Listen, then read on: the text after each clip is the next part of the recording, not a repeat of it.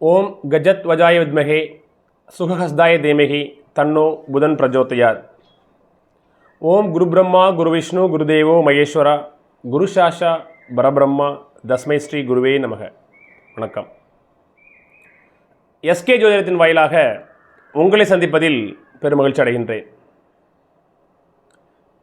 இன்றைய ஜோதிட தலைப்பு பிறக்க இருக்கின்ற 2024ஆம் ஆண்டு எவ்வாறு அமைய இருக்கிறது ஒவ்வொரு ராசிகளுக்கு என்பதை பற்றி ஒரு பார்வை. உலகெங்கும் பரவியிருக்கின்ற எஸ்கே ஜோதிட அன்பர்களுக்கும் உலகத் தமிழர்களுக்கும் என்னுடைய மனமார்ந்த நெஞ்சார்ந்த ஆங்கில புத்தாண்டு நல்வாழ்த்துக்களை தெரிவித்துக் கொள்கிறேன். மேஷ முதல் மீன வரை ஒவ்வொரு ராசி அன்பர்களுக்கும் பிறக்க இருக்கின்ற 2024ஆம் ஆண்டு முழுமையும் 9 கிரகங்களுடைய கோச்சார நிலைகளினுடைய அடிப்படையில் எந்த மாதிரியான பலன்கள் தர இருக்கிறது என்பதை பற்றி ஒரு பார்வை. அதற்கு முன்னாடி என்னுடைய சேனலை கட்டாயம் நீங்கள் சப்ஸ்கிரைப் பண்ணுங்கள், லைக் பண்ணுங்கள், ஷேர் பண்ணுங்கள், பெல் ஐக்கானை ப்ரெஸ் பண்ணுங்கள். என்னுடைய ஜோதிடம் சார்ந்த ஒவ்வொரு வீடியோ பதிவும் உங்களை வந்தடையும். நன்றி. பொதுவாக 9 கோள்களில் சில கோள்கள் ஒரு ராசியிலிருந்து மற்றொரு ராசிக்கு நகர்ந்து செல்வது மிக வேகமாக நடைபெறும். அதன் அடிப்படையில் பார்த்திங்கன்னா முதல்ல சூரியன் பார்த்திங்கன்னு வச்சிங்களேன், சூரியன் ஒரு ராசியிலிருந்து மற்றொரு ராசிக்கு நகர்ந்து செல்வதற்கு 1 மாதம் எடுத்துக்குது, 30 நாட்கள் எடுத்துக்குது. சந்திரன் அப்படின்னு பார்த்திங்கன்னா சந்திர பகவான் ஒரு ராசியிலிருந்து மற்றொரு ராசியை கடப்பதற்கு, ஒரு ராசியை விட்டு மற்றொரு ராசிக்கு நகர்வதற்கு 2.25 நாட்கள் ஆகிறது. புதன் சுக்கிரன் செவ்வாய் போன்ற கிரகங்கள் ஏறக்குறைய ஒரு 28லேருந்து 30 நாட்கள் 40 நாட்களுக்குள்ள ஒரு ராசியிலிருந்து மற்றொரு ராசிக்கு நகர்ந்து செல்கின்றன. ஆனால் சனி பகவான் ஒரு ராசியை இருந்து மற்றொரு ராசிக்கு செல்வதற்கு 2.5 ஆண்டுகாலம் எடுத்துக்கிறார். அதனால தான் அவர் பேரே மந்தன் அப்படின்னு பேர், முடவன் அப்படின்னு பேர். காலை தாங்கி தாங்கி தாங்கி தாங்கி மெதுவாக நகர்ந்து செல்வார். ஒரு ராசியிலிருந்து மற்றொரு ராசிக்கு சனி பகவான் நகர்ந்து செல்கின்ற அந்த தூரம், அந்த கால அளவு பார்த்தீங்கன்னு சொன்னால் 2.5 ஆண்டுகள். அதனால தான் சனி பயிற்சி 2.5 வருஷத்துக்கு ஒரு தடவை வருது. இதே குரு பாருங்களேன், ஒரு ராசியிலிருந்து மற்றொரு ராசிக்கு நகர்ந்து செல்வதற்கு குரு பகவான் எடுத்துக்கொள்கின்ற கால அளவு 1 வருடம். ராகு கேதுக்கள் ஒரு ராசியிலிருந்து மற்றொரு ராசிக்கு நகர்ந்து செல்வதற்கு 1.5 ஆண்டு காலம் எடுத்துக்குது. 1 வருடம் 6 மாதம், கிட்டத்தட்ட 18 மாதங்கள் என்கின்ற அடிப்படை எடுத்துக்குது. அப்போ நம்ம இந்த கோச்சார பலன்களை கணக்கிட்டு ஆண்டு பலன்களை தீர்மானிக்கும் பொழுது எந்தெந்த கிரகங்கள் நீண்ட நாட்களாக ஒரு ராசியில் இருந்து பலனை தருகிறதோ அதன் அடிப்படையிலேயே பெரும்பாலும் நம்மளுடைய ஆண்டு பலன்கள் தீர்மானிக்கப்பட்டு கணிக்கப்பட்டு உங்களுக்கு சொல்லப்படுகிறது. வர இருக்கின்ற 2024ஆம் ஆண்டு மகர ராசி அன்பர்களுக்கு எவ்வாறு இருக்கும் என்பதை பற்றி ஒரு சிறப்பான ஒரு பார்வை. யாரெல்லாம் உத்திராடம் 2, 3, 4 பாதங்களில் இருக்கிறீர்களோ, அதே மாதிரி திருவோணம் 4 பாதங்கள், அவிட்டத்தினுடைய முதல் 2 பாதங்கள் உள்ளடக்கியது இந்த மகரம். அப்போ இந்த நட்சத்திரத்தில் பிறந்தவங்களுக்கு இந்த 2024ஆம் ஆண்டு எவ்வாறு இருக்கிறது என்பதை பற்றி ஒரு சிறப்பான ஒரு பார்வை. முதல்ல உங்கள் ராசிக்கு குரு பகவானுடைய இருப்பு மற்றும் அவருடைய பார்வை, குருவினுடைய பெயர்ச்சி இந்த ஆண்டு உங்களுக்கு எவ்வாறு இருக்கும் என்பதை பற்றி முதல்ல பார்த்துடலாம். இப்போது ஆண்டினுடைய துவக்கத்தில் 4 மாதங்கள் உங்கள் ராசிக்கு 4ஆம் இடத்தில் குரு பகவான் இருக்கின்றார். வருகின்ற ஏப்ரல் மாதம் முழுமையும், ஜனவரி, பிப்ரவரி, மார்ச், ஏப்ரல் முழுமையும் குரு பகவான் உங்கள் ராசிக்கு 4ஆம் இடத்தில் இருப்பார். மே மாதம் 1ஆம் தேதி 4ஆம் இடத்திலிருந்து 5ஆம் இடத்திற்கு குரு பகவான் பெயர்ச்சியாகி ரிஷபத்திற்கு செல்கின்றார். அப்போ இந்த 2 காலகட்டம் குருவினுடைய தன்மை உங்களுக்கு எவ்வாறு அமையும் என்று பார்த்தோம்னா, உங்கள் ராசிக்கு 4ஆம் இடத்தில் குரு பகவான் இருக்கின்றார். குருவுக்கு மிகவும் பிடித்தமான வீடு மேஷ வீடு. எனவே பெரிய அளவுக்கு குரு பகவான் அங்கே டிஸ்டர்ப் ஆகலை. ஏன்னா செவ்வாயே தன்னுடைய நண்பராக கருதுபவர் குரு. அப்போ 4ஆம் இடத்தில் இருக்கின்ற குரு பகவான் உங்கள் ராசிக்கு 8ஆம் இடத்தை பார்ப்பார். சரிங்களா? மகர ராசிக்கு 8ஆம் இடம் எது? சிம்மம். அப்போ 8ஆம் இடத்தை குரு பகவான் பார்க்கும் பொழுது, 8ஆம் இடம் என்பது ஒரு துர்ஸ்தானம் இல்லையா? அந்த இடத்தை குரு பகவான் பார்ப்பதன் மூலமாக உங்களுக்கு நல்லது ஒரு காலகட்டமாகவே இந்த ஆண்டானது துவங்குகிறது. ஏன்னா அதாவது விபத்து, வம்பு, வழக்கு, சிக்கல், அசிங்கம், கேவலம், மன அழுத்தம் இதை தருகின்ற ஒரு இடம் 8ஆம் இடம். அந்த இடத்தை குரு பகவான் பார்ப்பதன் மூலமாக உங்களுக்கு மிகப்பெரிய வம்பு, வழக்கு, சிக்கல், தொந்தரவுகளிலிருந்து நீங்கள் விடுதலை அடைவீர்கள். சரிங்களா? உங்களுக்கு நீண்ட ஆயுள் ஆரோக்கியத்தை கொடுக்கும். நீண்ட நாட்களாக உடல்நிலை பாதிக்கப்பட்டு இருப்பவர்களுக்கு இந்த குருவுடைய பார்வை ஒரு நிம்மதி. சரிங்களா? நீண்ட நாட்களாக ஒரு வழக்கு தொந்தரவுகளில் இருக்கிறவர்களுக்கு, ஒரு மன அழுத்தத்தில் உள்ளவர்களுக்கு இந்த குருவுடைய பார்வை ஒரு சிறப்பான ஒரு துவக்கமாகவே இருந்து இந்த ஆண்டை உங்களுக்கு துவங்குகிறது. ஆக 8ஆம் இடத்தோடு குரு பகவானுடைய பார்வை நிச்சயம் ஒரு சிறப்பாகத்தான் நம்ம சொல்கிறோம். அதே மாதிரி உங்கள் ராசிக்கு 4ஆம் இடத்தில் இருக்கின்ற குரு பகவான் உங்கள் ராசிக்கு 10ஆம் இடத்தை பார்ப்பார். ஜீவனஸ்தானத்தை பார்க்கிறார். தொழில் ஸ்தானம் இல்லையா 10ஆம் இடம். அப்போ வியாபாரம், தொழில் அதில் முன்னேற்றத்தை கொடுக்கும். எப்பொழுதுமே குருவினுடைய இருப்பிடத்தை விட குரு பார்க்கிற இடம் பலப்படும் என்பது ஒரு ஜோதிட தத்துவம். சரிங்களா? குருவுடைய பார்வைக்கு தான் அங்கே மதிப்பு. அப்போ குரு 10ஆம் இடத்தை பார்க்கும் பொழுது ஜீவனம் மேம்படுத்தப்படும் இல்லைங்களா? அப்போ தொழில் முன்னேற்றம் ஏற்படும். ஏன்னா சுய தொழில் செய்கிறவர்களுக்கு சிறப்பாக இருக்கும். வியாபாரம் எல்லாத்திற்கும் அதுமாதிரி கமிஷன், கான்ட்ராக்ட் பேசிக் சம்மந்தமான தொழில்கள் எல்லாம் சிறப்பாக இருக்கும். அதேமாதிரி உங்கள் ராசிக்கு 12ஆம் இடத்தையும் குரு பகவான் பார்ப்பார். 8, 10, 12. 12ஆம் இடம் அயன சயன போகஸ்தானம், வெளிநாடு, வெளிமாநிலங்கள், தூரதேசங்களுக்கு உங்களை அனுப்புவதற்குன சூழ்நிலை. 8ஆம் இடத்தையும் குரு பார்க்கிறார், 12ஆம் இடத்தையும் குரு பார்க்கிறார். அப்போ 8, 12ஆம் இடத்தை குருவுடைய பார்வை இருக்கும் பொழுது கண்டிப்பாக நீங்கள் பிறந்த இடத்துலேருந்து வெளில போவீங்க. அப்போ யாரெல்லாம் மகராசி அன்பர்களோ நீங்கள் வெளிநாடு, வெளி மாநிலங்களுக்கு வேலைக்காக பொருள் தேட இருந்தீங்கன்னு சொன்னால், அந்த மாதிரி ஒரு பிளான் இருந்துச்சுன்னு சொன்னால், இந்த மே மாதத்திற்குள் ஒரு முயற்சி பண்ணுங்கள், நிச்சயமாக சக்ஸஸ். ஏன்னா ஒரே சமயத்தில் 8ஆம் இடத்தையும் குரு பார்க்குது, 12ஆம் இடத்தையும் குரு பார்க்குது. அப்போ இந்த அற்புதமான அமைப்பானது உங்களுக்கு வெளிநாட்டுக்கான தொடர்பினை ஏற்படுத்துகின்ற ஒரு காலகட்டமாக அமைகிறது. ஜனனகால ஜாதகத்தில் உங்களுக்கு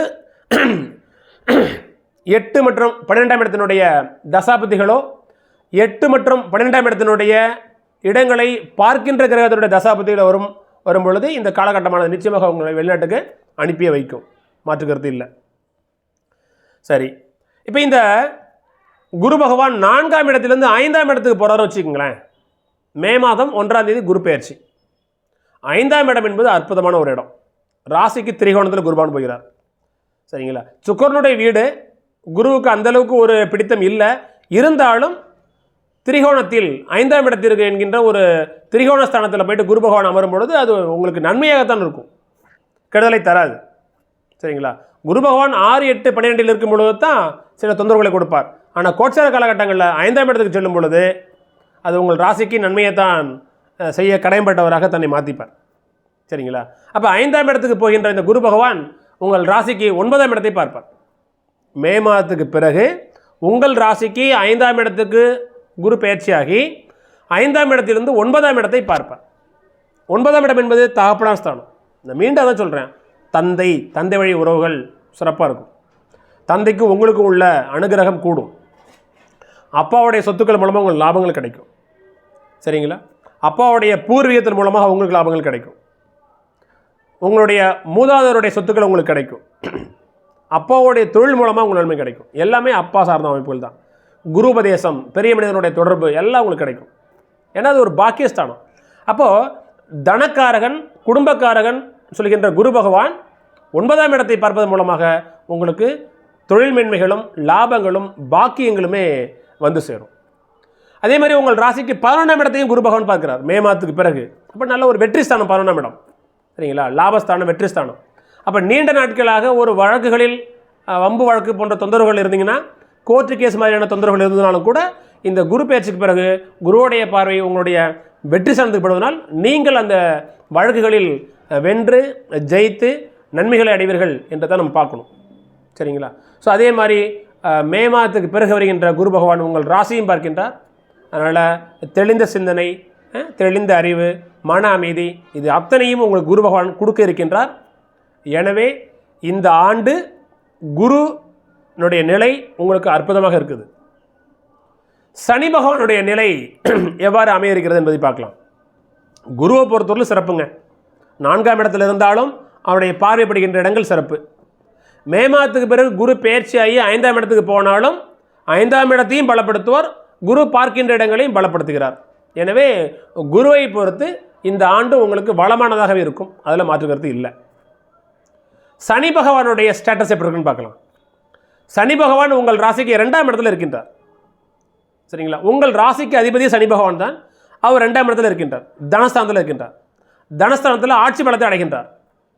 2ஆம் இடம் என்பது தனஸ்தானம், அதேமாதிரி குடும்பத்தையும் குறிக்கின்ற ஒரு பிளேஸ் வந்து இந்த 2ஆம் இடம்.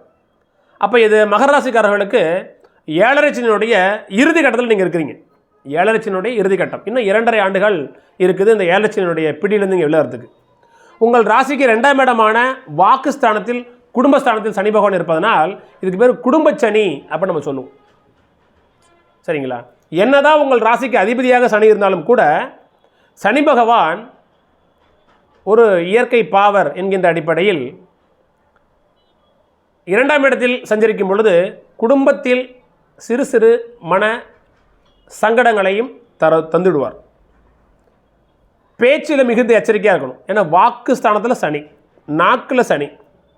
அப்போ மகர ராசி அன்பர்கள் பேச்சை குறைச்சிக்கணும். பேச்சினால பெரிய ஆபத்துகள் வந்துடும். சரிங்களா? ஏன்னா மற்ற இடங்களில் செவ்வாயோடைய வீடுகளில் சனி இருப்பதை விட கும்பத்தில் சனி ஆட்சி பலத்தில் இருக்கும் பொழுது மிகப்பெரிய, ஏன்னா உங்களோட ராசி அதிபதி மிகப்பெரிய கெடுதல் செய்ய மாட்டார், இருந்தாலும் கூட அவ்வளோ ஒரு பாவர். அப்போ வாக்குஸ்தானத்தில் நாக்கில் குடும்பஸ்தானத்தில் சனி பகவான் 2.5 ஆண்டு காலம் ஆட்சியில் இருக்கிறார். அப்போ இந்த ஆண்டு 2024ஆம் ஆண்டு என்ன நடக்குன்னா, அப்போது உங்கள் ராசிக்கு 2ஆம் இடத்துல குடும்பஸ்தானத்தில் இருக்கும் பொழுது குடும்பத்தில் சிறு சிறு சஞ்சலங்களையும் மனக்கசப்புகளையும் குடும்ப பிரிவினைகளையும் ஏற்படுத்திடும் உங்கள் பேச்சினால். தனஸ்தானத்தில் சனி பகவான் இருக்கும் பொழுது தனாதிபதி அவர் தான், அவர் ஆட்சியாக தான் இருக்கிறார், பணத்தையும் கொடுப்பார், பணத்தின் மூலமாக சில பிரச்சனையும் கொடுப்பார் குடும்பத்தில், ரெண்டுத்தையும் பண்ணுவார். தனாதிபதி அவர் தான். சரிங்களா? ஸோ அதனால் இந்த 2ஆம் இடத்தில் இருக்கின்ற சனி பகவான் சற்று ஒரு கடினமான ஒரு சூழலை ஏற்படுத்துவார். சனியினுடைய பார்வை உங்கள் ராசிக்கு 8ஆம் இடத்தில் இருக்குது. இருந்தாலும் கூட இந்த ஆண்டினுடைய துவக்கத்தில் முதல் 4 மாதங்களுக்கு இருக்கின்ற குரு பகவானுடைய பார்வையும் 8ஆம் இடத்துக்கு இருக்குது. நல்லா நீங்கள் புரிஞ்சுக்கணும். மகர ராசி அன்பர்கள் ராசிக்கு 2ஆம் இடத்தில் சனி பகவான் இருந்து உங்கள் ராசிக்கு 8ஆம் இடத்தை சனி பகவான் பார்க்கிறார். பார்க்கக்கூடாது. 8ஆம் இடம் துர்ஸ்தானம், விபத்துகளையும் கண்டங்களையும் கஷ்டங்களையும் தருகின்ற ஒரு இடம் 8ஆம் இடம். அந்த ஸ்தானத்தை சனி பகவான் பார்ப்பதன் மூலமாக உங்களுக்கு விபத்துகளும் கண்டங்களும் கஷ்டங்களும் வந்துடும். ஆனால் அந்த கஷ்டமான ஒரு சூழ்நிலை குருவினுடைய பார்வையால் சரி செய்யப்படுது என்பதில் நீங்கள் கவனமாக இருங்க, பயப்படாதீங்க. ராசிக்கு 4ஆம் இடத்தில் இருக்கின்ற குரு பகவான் 4 மாதங்கள் 4ஆம் இடத்தில் இருப்பார். 4ஆம் இடத்தில் இருக்கும் பொழுது ஆண்டினுடைய துவக்கத்தில் அந்த குருவுடைய பார்வை உங்களுக்கு 8ஆம் இடத்துக்கு இருக்கும். சனியினுடைய பார்வை 8ஆம் இடத்துக்கு இருந்தாலும் கூட குருவுடைய பார்வை இருப்பதன் மூலமாக மிக விபத்துகள் வந்தாலும் அது மிகப்பெரிய அளவுக்கு உங்களுக்கு தீங்குகளை தராது. சரிங்களா? ஒரு கண்டங்களோ கஷ்டங்களோ அவமானங்களோ வந்தாலும் கூட குருவினுடைய பார்வை அதை சரி செஞ்சிடும், பயப்படாதே தேவையில்லை. ஆனால் மே மாதத்துக்கு பிறகு மகர ராசிக்காரர்கள் மிகுந்த எச்சரிக்கையாக இருக்க வேண்டும் என்பது என்னுடைய கணிப்பு. மே மாதத்துக்கு பிறகு ஒரு 8 மாதங்கள் இந்த குரு பகவான் ரிஷப ராசியில் இருப்பார். உங்கள் ராசிக்கு 5ஆம் இடத்துக்கு குரு பகவான் போயிடுவார். ஆனால் அந்த குரு பகவானுடைய பார்வை 8ஆம் இடத்துக்கு இல்லை. ஆனால் சனி பகவானுடைய பார்வை 8ஆம் இடத்துக்கு இருப்பது ஒரு சற்றே ஒரு மனம் வருத்தத்துக்கு உண்டான ஒரு காலகட்டம். எனவே 2ஆம் இடத்தில் இருக்கின்ற சனி பகவான் 8ஆம் இடத்தை பார்க்கும் பொழுது விபத்து, வம்பு, வழக்கு, சிக்கல், அசிங்கம், கேவலம் போன்ற வழிகளில் ஒரு மன அழுத்தத்தை ஏற்படுத்துகின்ற ஒரு காலகட்டம். எனவே மே மாதத்துக்கு பிறகு மகர ராசி அன்பர்கள் சற்று விழிப்புணர்வும் கவனமாக இருக்கணும். அலட்சியம் இருக்கக்கூடாது. பார்த்துக்கலாம் அப்படிங்கிற அலட்சியம் இருக்கக்கூடாது. லேட் ஆகிடுச்சா போகக்கூடாது. சரிங்களா? நண்பரோட சேர்ந்துட்டு சுற்றக்கூடாது. ஒரு எல்லாத்துலேயுமே முன்னெச்சரிக்கையாக இருக்கணும். எல்லா இடத்துலையுமே முன்னெச்சரிக்கையாக இருந்தோம்னா இந்த சனியினுடைய பார்வை நீங்கள் வந்து சமாளித்து வந்துடலாம். சரிங்களா? அதே மாதிரி உங்கள் ராசிக்கு 11ஆம் இடத்தை இந்த சனி பகவான் பார்ப்பார். 11ஆம் இடம் வெற்றி ஸ்தானம். அப்போ வெற்றியை தடுக்கின்ற வகைகளில் இந்த சனியுடைய பார்வை இருந்தாலும் கூட இந்த இடத்துக்கு குரு பெயர்ச்சி மே மாதத்துக்கு பிறகு வருகின்ற குரு பெயர்ச்சி அந்த 11ஆம் இடத்தை பலப்படுத்தும். அப்போ நான் என்ன சொல்கிறேன்னு சொன்னால், இந்த ஆண்டு குருவுடைய தன்மை உங்களுக்கு நல்லா இருக்குது. சனியினுடைய இருப்பிடம் மற்றும் பார்வை சற்றே உங்களுக்கு ஒரு மனக்கசப்பான ஒரு காலகட்டமாக இருக்குது. இருந்தாலும் உங்களுடைய ராசி அதிபதியாக சனி வருவதால் மிகப்பெரிய அளவிற்கு அவர் தீங்குகளையும் தொந்தரவுகளையும் தரமாட்டார். எனவே நீங்கள் தைரியமாக இருக்கலாம். 7.5 சனியுடைய கடைசி 2.5 ஆண்டுகள் இந்த காலகட்டமானது உங்களுக்கு இருக்குது. ஸோ இப்போ இந்த 2.5 ஆண்டு காலமும் கொஞ்சம் கவனமாக இருந்தீங்கன்னா போதும். ராகுவோட நிலைப்பாடை பாருங்களேன். மகர ராசி என்பவர்களுக்கு ராகு பகவான் உங்கள் ராசிக்கு 3ஆம் இடத்தில் இருக்கின்றார். அப்போ 3ஆம் இடம் என்பது ராகு பகவான் இருக்கலாம். ஏன்னா பாவகிரகங்கள் 3, 6, 11ஆம் இடத்துல இருந்துச்சுன்னா நன்மை செய்யும் அப்படிங்கிற அடிப்படையில் 3ஆம் இடத்தில் இருக்கின்ற ராகு பகவான் உங்களுக்கு நன்மையை செய்வார். சரிங்களா? அப்போ தைரியம், வீரியம், தன்னம்பிக்கை கொடுப்பார். பயப்பட தேவையில்லை. சரிங்களா? ஏன்னா ராகு வந்து ஒரு பாவகிரகம், 3ஆம் இடம் என்பது ஒரு மறைவிட ஸ்தானம், 2வது குருவோடைய வீடு. ஸோ அதனால் இது வந்து இந்த ராகுனுடைய நிலையானது இந்த ஆண்டு உங்களுக்கு நன்றாகவே அமையும். சரிங்களா? அப்போ உங்கள் ராசிக்கு 3ஆம் இடத்தில் ராகு பகவான் இருப்பார். உங்கள் ராசிக்கு 9ஆம் இடத்தில் கேது பகவான் இருப்பார். சரிங்களா? அப்போ வந்து குருபதேசம், ஆன்மீகம், ஆன்மீக எண்ணங்கள், சரிங்களா, இறை சிந்தனை, தர்ம சிந்தனை, இது எல்லாத்தையும் இந்த கேது பகவான் கொடுப்பார். ஆக எப்படி இருந்தாலும் மகர ராசிக்கு குரு, சனி, ராகு, கேது இந்த கிரகத்தினுடைய கோச்சார நிலைகளை கணக்கில் கொள்ளும் பொழுது குரு பகவான் உங்களுக்கு சப்போர்ட்டாக இருக்கிறார். சனி பகவான் உங்கள் ராசிக்கே அதிபதியாக இருப்பதனால் அவர் மிகப்பெரிய தொந்தரவுகளை தரமாட்டார். எனவே கொஞ்சம் கவனமாக இருந்தீங்கன்னு சொன்னால் இந்த 2024ஆம் ஆண்டு மிகவும் சிறப்புள்ளதாகவே அமைய இருக்கிறது. நன்றி, வணக்கம்.